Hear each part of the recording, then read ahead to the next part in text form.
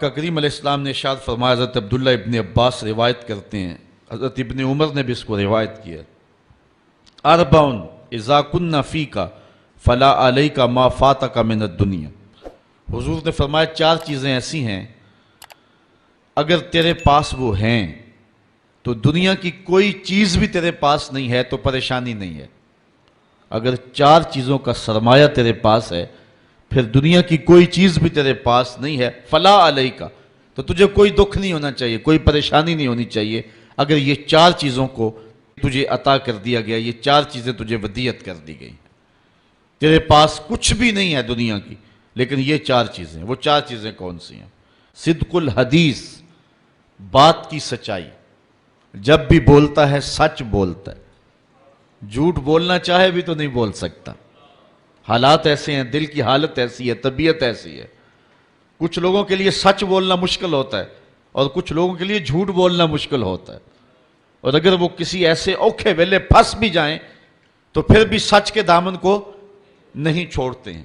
ہجرت کی شب ہے، حضرت صدیق اکبر حضور کو لے کر کے جا رہے ہیں، تو آپ جانتے ہیں کہ حضور علیہ السلام کی گرفتاری پر ابو جہل نے جو انعام رکھا تھا وہ بہت بڑا تھا، 100 سرخ اونٹ اور 200 اوقیہ چاندی اور بہت کچھ انعام اور اکرام اور تکریمات رکھی تھیں۔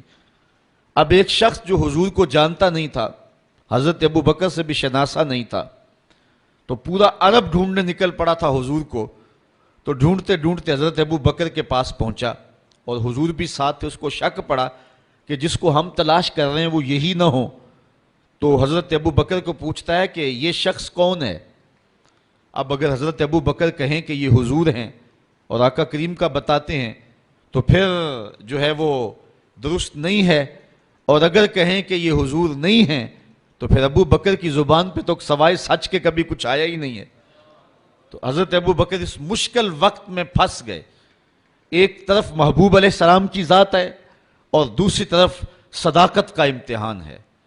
عرب میں جب قافلے چلتے تھے تو لوگ ان کے ساتھ سفر کرتے تھے، اور اگر کسی کو تنہا سفر کرنا پڑتا تو چونکہ جس طرح آج کل سڑکیں ہیں اس دور میں سڑکیں نہیں ہوتی تھیں، تو جنگلوں کے راستے تھے، صحرائی اور پہاڑی راستے تھے، تو کچھ لوگ ان راستوں کے شناور ہوتے تھے اور ان لوگوں کو ساتھ لے کر کے مزدوری پہ اور یا جو ہے وہ مدد کے طور پہ ساتھ لے کر کے ان کی مدد سے وہ سفر کیا کرتے تھے، اور ان کو عربی میں ہادی کہتے تھے، گائیڈ، جن کے ذریعے سے سفر کیا جاتا تھا۔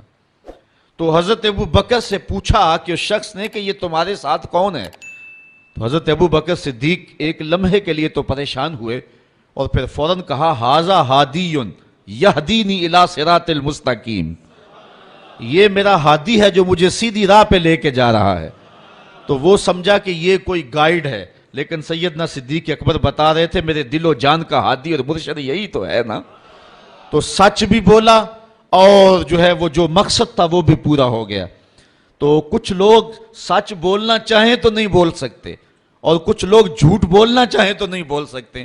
اگر اللہ کسی کو یہ شان دے دے کہ اس کی زبان پہ سچ ہی آتا ہو تو اس کو دنیا کی کوئی اور شے نہ بھی ملے تو یہ ایک بہت بڑی دولت ہے۔ پہلی چیز جو حضور نے فرمائی سنیے، صدق الحدیث، اس کو جو ہے وہ سچ بولنے کی عادت ہو۔ سچ بولنا کبھی کبھی بڑا اوکھا بھی بن جاتا ہے۔ وہ بابا بلے شاہ نے کہا تھا، سچ آنکھیں پامبڑ مچ دینے، جب بندہ سچ کہے تو مشکلات تو پیدا ہوتی ہیں، اور آج کے اس دور میں جھوٹ کو فن جانا جاتا ہے، لیکن جو حق کی راہوں کے مسافر ہوں ان کو جو بھی قیمت ادا کرنی پڑے ان کی زبان سے سوائے سچ کے علاوہ کچھ آتا ہی نہیں ہے۔ اور ایک حدیث میں آتا ہے جب کوئی بندہ جھوٹ بولتا ہے اس کے منہ سے بدبو نکلتی ہے اور اللہ کے فرشتے ایک ایک میل اس سے دور ہٹ جاتے ہیں۔ تو سچ ہی مومن کا مزاج ہے اور مومن کی زندگی ہے۔ تو جس کو یہ چار چیزیں مل گئی ان میں سے پہلی چیز سچ، دوسری چیز وحفظ الامانہ، امانت کی حفاظت، وہ امانت مال کی صورت میں ہو، وہ قومی، ملکی، شخصی راز کی صورت میں ہو۔ جو اللہ کے بندے ہیں وہ امانت میں کبھی بھی خیانت نہیں کیا کرتے، یہ ایک بہت بڑی دولت ہے اگر کسی شخص کو نصیب ہو گئے، ورنہ پیسے دیکھ کر کے تو بڑوں بڑوں کے منہ میں پانی آ جاتا ہے اور اپنا دین اور اپنا ایمان بیچ دیتے ہیں۔ آج کل تو خیر لوگ چائے کے پیالی پہ دین بیچ رہے ہیں۔ آج کل تو جو ہے وہ چند ٹگوں پہ ایمان فروخت کیا جا رہا ہے. حضور نے اس دور کی نشاندہی کرتے ہوئے فرمایا تھا کہ لا یبق من الاسلام الا اسمہ ولا یبق من القرآن الا رسمہ مساجدہم عامرۃ وہی خراب من الہدی. اور پھر فرمایا تھا یصبح الرجل مومنا ویمسی کافرا یبیع الرجل دینہ بعرض من الدنیا. دنیا کی چند کوڑیوں کے بدلے لوگ ایمان بیچا کریں گے. تو یہ آج دور آیا ہے. ایک بندہ کہتا ہے کہ میں اگر جھوٹ نہ بولوں, اگر جھوٹی قسم نہ اٹھاؤں تو جو ہے وہ میرا سامان ہی نہیں بکتا. واقعی تیرا سامان نہیں بکتا, چونکہ تیرا مقسوم حرام لکھ دیا گیا ہے. اگر تو سچ بولنے کی عادت اختیار کر لیتا تو اللہ سچائی میں وہ برکت رکھی ہے جو کسی اور شے میں نہیں رکھی ہوئی ہے. اس لیے ہر لمحہ ہر ساتھ امانت کے اندر خیانت سے بچنے کا ذہن ہونا چاہیے, اور اللہ تعالیٰ مدد فرماتا ہے. تیسری چیز وحسن الخلق, اور حسن خلق, اچھا خلق اور ایک دوسرے کے ساتھ جو ہے وہ اچھائی اور برتاؤ کا اچھا طریقہ. ہم نے خلق کا مفہوم صرف یہ سمجھ لیا ہے کہ کسی کو ہنس کے ملنا یہ اچھا خلق ہے. یہ خلق میں شامل ضرور ہے, لیکن صرف ہنس کے ملنا اور پھر جڑیں کاٹتے رہنا, خیانت کرنا اور پشت کے پیچھے جو ہے وہ غیبت کرنا اور اس کو نقصان پہنچانے کی کوشش کرنا, یہ منافی ہیں ساری چیزیں حسن خلق کی. حسن خلق کا معنی یہ ہے کہ انسان جو ہے وہ ہر طرح سے ایک اچھا اخلاق اور اچھی عادات کا حامل ہو. صرف مسکرا کے مل لینا اور باقی اپنے لچھر انداز وہی رکھنا, یہ حسن خلق کے زمرے میں نہیں آئے گا. یہ حسن خلق کا ایک رکن تو ہو سکتا ہے, لیکن مکمل حسن خلق یہ نہیں ہے. چوتھی چیز وعفۃ مطعم, اور لقمے کی پاکیزگی. رزق پاک ہو. رزق کی پاکیزگی اللہ کے قرب کا سبب ہے, باطن کی روشنی اور اجالوں کا ذریعہ ہے, اور دعاؤں کی قبولیت کے لیے بنیادی شرط ہے.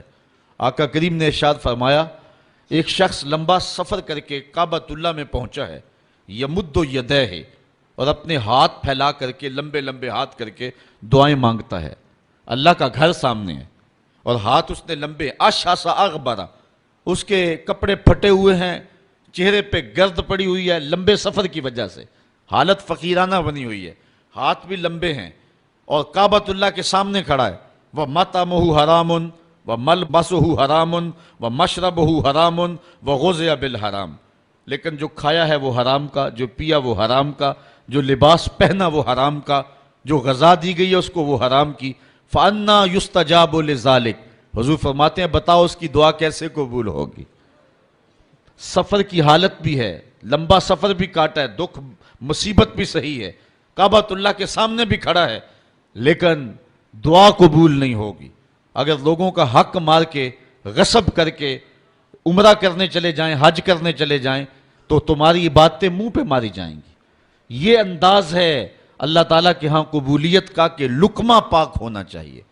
جس کا لقمہ پاک نہیں ہوتا اس کی اپنی دعائیں بھی قبول نہیں ہوتی, اور اس کے حق میں نیک لوگوں کی دعائیں بھی قبول نہیں ہوتی. تو یہ پہلی شرط ہے زندگی کے اندر قبولیت دعا کی. تو یہ چار چیزیں حضور نے فرمایا جس کو مل گئیں. کون کون سی؟ ایک بات میں سچائی, دوسرا امانت میں حفاظت, تیسرا حسن خلق, اور چوتھا رزق کی پاکیزگی. اس کے علاوہ اس کو دنیا کی کوئی بھی شے نہیں ملی تو وہ گھاٹے میں نہیں ہے. اور اگر کسی کے پاس یہ چار چیزیں نہیں ہیں, باقی کائنات کی ہر شے اس کے پاس ہے, تو وہ کوڑی مل نہیں اس کا, اور اللہ کے نزدیک اس کی کوئی قدر و قیمت نہیں ہے. Subscribe now and press the bell icon. Never miss an update.